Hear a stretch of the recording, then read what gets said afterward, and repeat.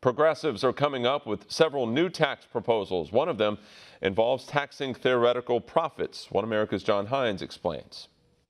Arkansas Republican French Hill denounced a Democratic plan to tax unrealized capital gains because of the damage it would do to small businesses, working families, and an economy still recovering from the Great Recession more than 10 years ago. Many of the progressives in our society, the social democrats, are proposing higher taxes. They want government bigger, and they want to tax the private sector more to have bigger government.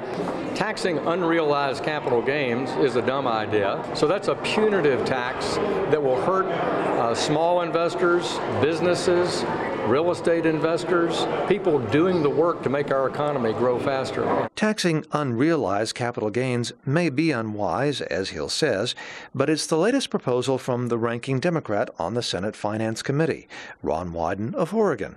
It joins a sort of competition among progressives to be, well, more progressive, like Elizabeth Warren's 3% annual wealth tax, AOC's 70% income tax, Senator Bernie Sanders' 77% estate tax, or Representative John Larson's uncapped payroll tax of 2.4%.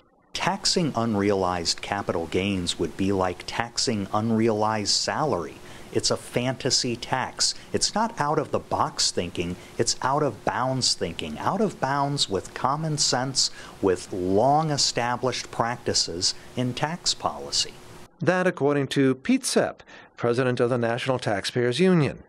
And he points out that presumably primary residences and 401ks and such would be exempt.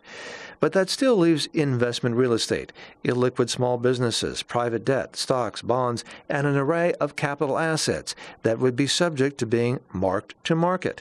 That is, valued as if sold annually, for a gain in value that NTU Sepp says is still theoretical. This proposal would supposedly exempt primary residences and retirement plans from an unrealized capital gains tax. But in theory, it could apply to all of those things.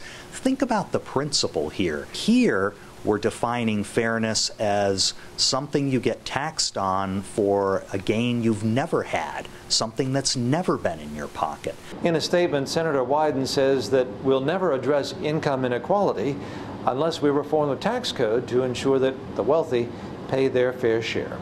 John Hines, One America News, Washington. Want to see more videos like this?